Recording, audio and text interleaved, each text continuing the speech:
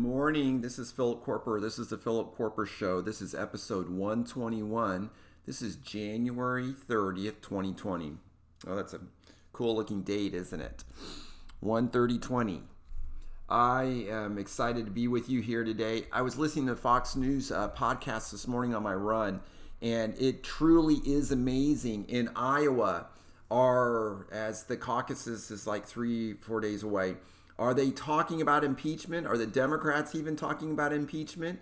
No, they're not even talking about impeachment. And why not? Because we all know Donald Trump will never be impeached. We've always known that. Now, the media kind of lied about it. And when Nancy was talking about articles of impeachment, everyone, I think, thought, and the media was making a big deal about it. And I think all of America thought if Nancy had her vote, and if it was over 50% in the House, then Donald Trump is out of office. And then the next day, remember, we were gloating about Donald Trump is still our president. I remember asking Siri about that, at work, like, who is president of the United States? And then the answer would be, President of the United States is Donald J. Trump. We were all gloating a little bit because the media made this big, huge deal about Nancy's impeachment hearings and the articles of impeachment. And what people were so surprised that Donald Trump was still president of the United States. Yes, of course, because it's a two-step process and the trial goes to the Senate. And we've all been even surprised that Nancy Pelosi would even go down this road of impeachment because the Republicans are in control of the Senate. And nothing Donald J. Trump has done has been over the top or warrants impeachment.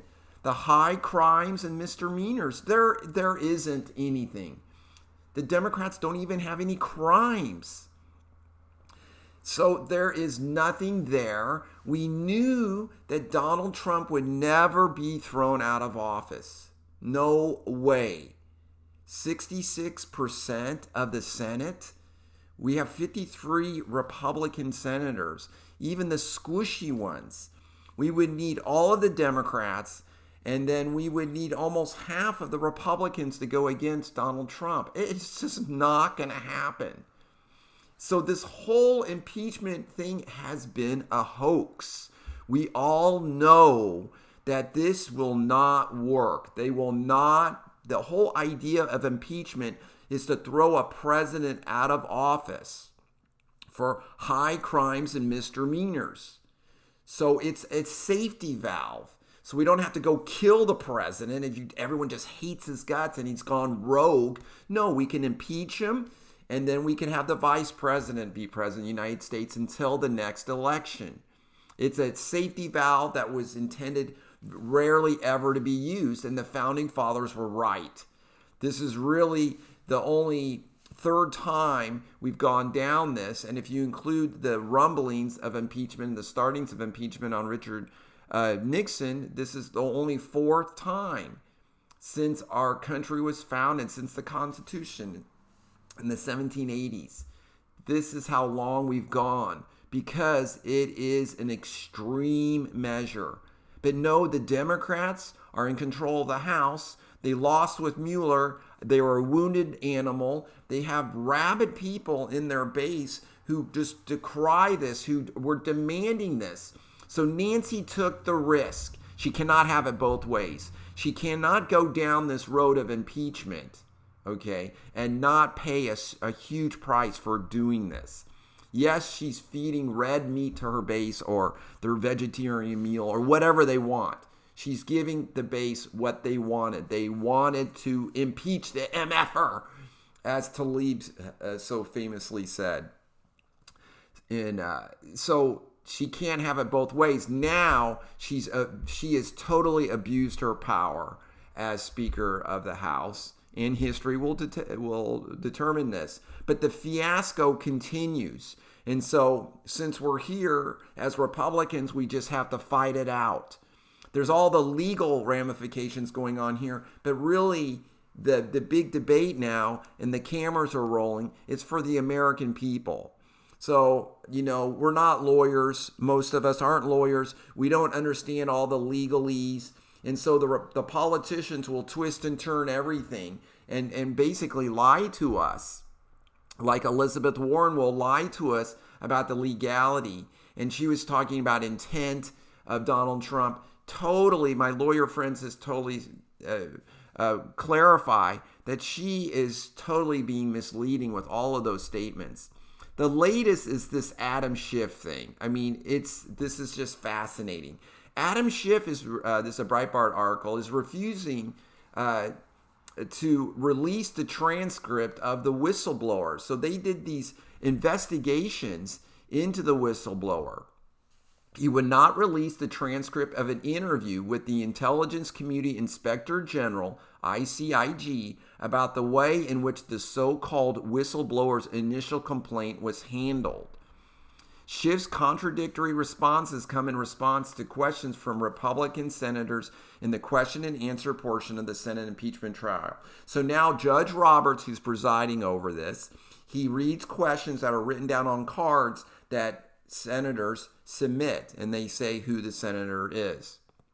Schiff was first pinned down by Graham and Ted Cruz in a question about the standard or abuse of power. They asked a hypothetical about President Barack Obama asking for an investigation about one of then Republican nominee Mitt Romney's sons in 2012. He used a familiar tactic of misquoting the Ukraine call transcript, saying, "Do me a favor." So Donald Trump, in the phone call with Ukrainian President Zelensky, did not say, "Do me a favor." He said, "Do us a favor." Huge difference.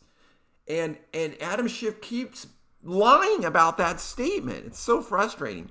Schiff then declared that a president should never ask the Department of Justice to investigate a political rival.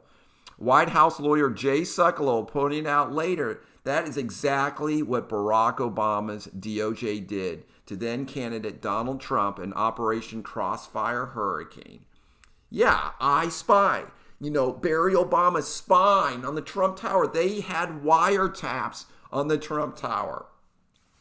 Elise Stefanik, who sits on the House Intelligence Committee with Schiff, noted the contradiction. "What a stunning turn of events," she said today, to hear Adam Schiff declare from the well of the United States Senate that it is impeachable for a sitting president to allow the Department of Justice to investigate a political rival campaign. Excuse me. Oh, the double standard here is just eye-watering. I mean, it's just so obvious that the Democrats have no case. But it was Schiff's attempt to deflect questions about the whistleblower and the ICIG's transcript that may prove most consequential as Republicans decide whether to call for more witnesses and documents. Yeah, more witnesses. We've had 17 witnesses from the House. Okay, 17 witnesses. We've got all of that data. We've got all of their testimony.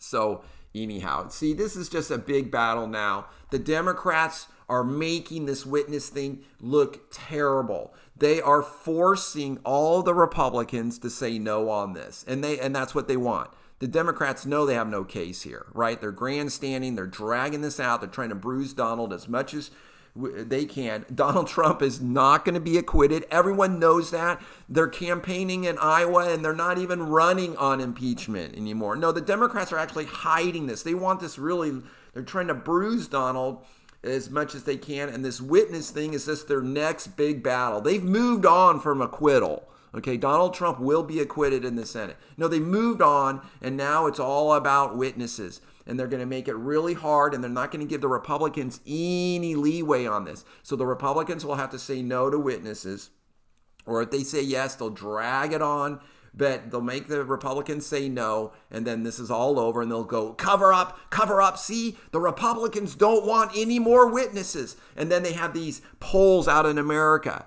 Oh, on this trial, do you want more witnesses? Well, yeah, everyone wants more witnesses. We want more evidence. Of course, we want to get to the truth. Oh, you can see how they're killing us on this. Oh, the Democrats are very smart. I know we make fun of them, but they are very smart and they're very crafty.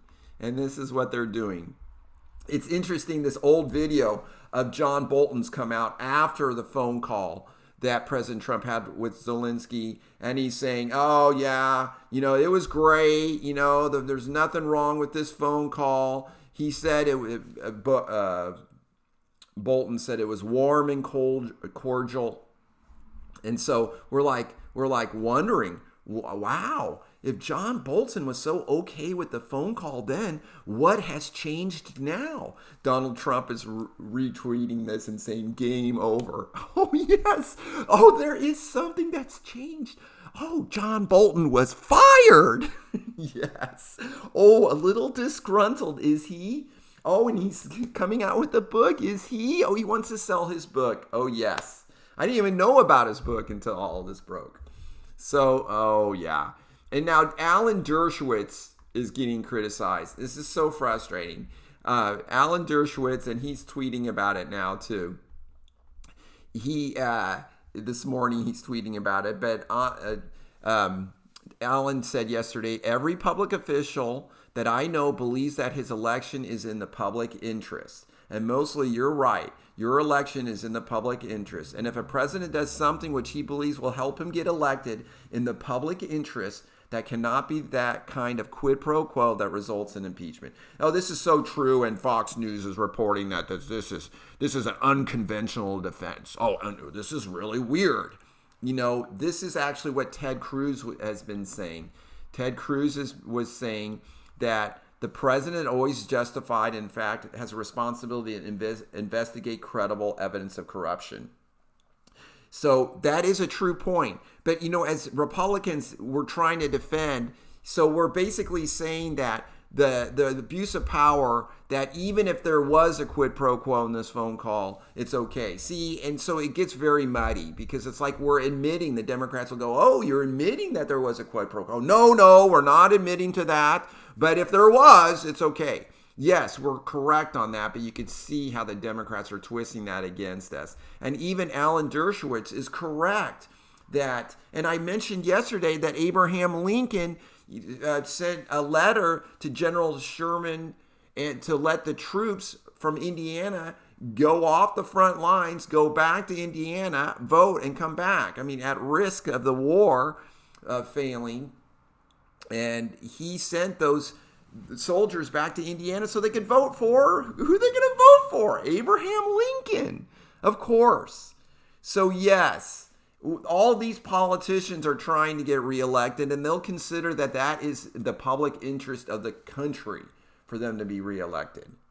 So I think Alan Dershowitz's explanation is great, and in the Democrats and Fox News will try to twist that against us. Oh, this is literally a hoax, and the Democrats are, of course, just trying to drag this on. We have seen this before. We have seen this before with the Kavanaugh hearings. The Democrats would just slowly leak all of these things out. Dianne Feinstein sat on the Blasey Ford thing, sat on it until the very last second, and then she releases the bombshell of Blasey Ford. And Jeff Flake, we all have to hear from this witness now. We want to get to the truth. Did it change anything? No. Did Brett Kavanaugh get arrested and thrown in jail for raping all those women? No, he didn't, because there was never any evidence of that. But Ben Shapiro said that her story was compelling and believable, and maybe she's wrong, but she believes her story's correct. Even I fell for some of that stuff. And guess what? Ben Shapiro is doing the same thing again. We need to have witnesses. We need to find out more. I mean, it's so frustrating. He just plays into their hands. This is just politics 101. Speaking of that, there's a Breitbart article about the Illinois governor keeps registering voters despite non-citizens, and he's not going to pause the state automatic voter registration program despite hundreds of non-citizens having recently been discovered registered to vote, many of whom who voted in 2018 elections. And we are being accused of cheating. in the next election. Adam Schiff says Donald J. Trump is a cheater and he is going to cheat again in this election. And therefore, we need to impeach him for this pre-crime. It's like Minority Report. I don't know if you saw that movie. This is pre-crime. Let's just arrest people because they're thinking about committing a crime. Oh my heavens. So we don't even care about the integrity of our elections. Oh, we don't when it comes to non-citizens voting, because no, the Democrats say that's okay. That's okay. But when the Russians pay $100,000 and run ads against Hillary Clinton and against Donald Trump in the election in 2016. Oh, that was interference in an election, and Bob Mueller says they're doing it right now. Our sovereignty is in peril. Oh, it's such made up nonsense. Unbelievable stuff. So anything the Democrats are accusing us of doing, the Democrats are doing it tenfold. So, just a fascinating double standard story. I wanted to show you my new watch. I am so excited. I've got this new watch. It's a Seiko 5, and I have this a little watch hobby. It's a mechanical watch and stuff. So you wear the watch and the little metal thing spins and it winds the spring. It's so much better than my Apple Watch. My Apple Watch is here and it's freaking got to be charged all the time. It's a hassle. And the display is not always on. I don't like that. Oh, but so just a side note, I just wanted to show you my new watch. I really like it. It's so cool. The idea is that you never have to wind it and you don't have to put a battery in it. And as long as you wear it daily, as you wear it, your movement of your wrists winds the little spring, and so it runs. Now, it's not exactly, it runs about 10 seconds fast every day, so every once in a while you have to adjust it. And when you travel, it doesn't automatically set to the time. I mean, some of these electronic watches are really cool, but I really like it, and I wanted to show that to you. And I wanted to close talking about this book I'm rereading again. It's a great book, Passionate Marriage by David Schnarch. Passionate Marriage, Keeping Love and Intimacy Alive in Committed Relationships. I love this book. I'm a really big fan of Jennifer Finlayson Fife. And she is a therapist who's a member of our church, the Church of Jesus Christ of Latter-day Saints. And so David Schnarch talks about differentiation. And he talks about how this is to standing up for what you believe in your marriage. And this is really a great book. And like anything, really good relationships are founded on love and respect and trust. And that blossoms into the relationship. As you know, I'm not very good at explaining it, but he is in this book. It's really good. Highly recommend it. I wanted to close with a scripture from the Book of Mormon, dovetailing with that, about charity and how that's the greatest of all virtues. And this is Moroni speaking as he's closing out, or the prophet Mormon is speaking as he closes out the Book of Mormon. Wherefore, my beloved brethren, if you have not charity, ye are nothing, for charity never faileth. Wherefore, cleave unto charity, which is the greatest of all, for all things must fail. But charity is the pure love of Christ, and it endureth forever. And whoso is found possessed of it at the last day, it shall be well with him. Jesus Christ is love, and he loves us and shares that love with us. And we can love him by keeping his commandments and serving our fellow man. There he is. Life's pretty simple. Thank you guys so much for listening. I hope you guys have a great day. This is Philip Koerper. This is the Philip Koerper Show. Subscribe on iTunes, or you can watch on YouTube at the Philip Koerper Show. Have a great day. I'll see you soon. Bye.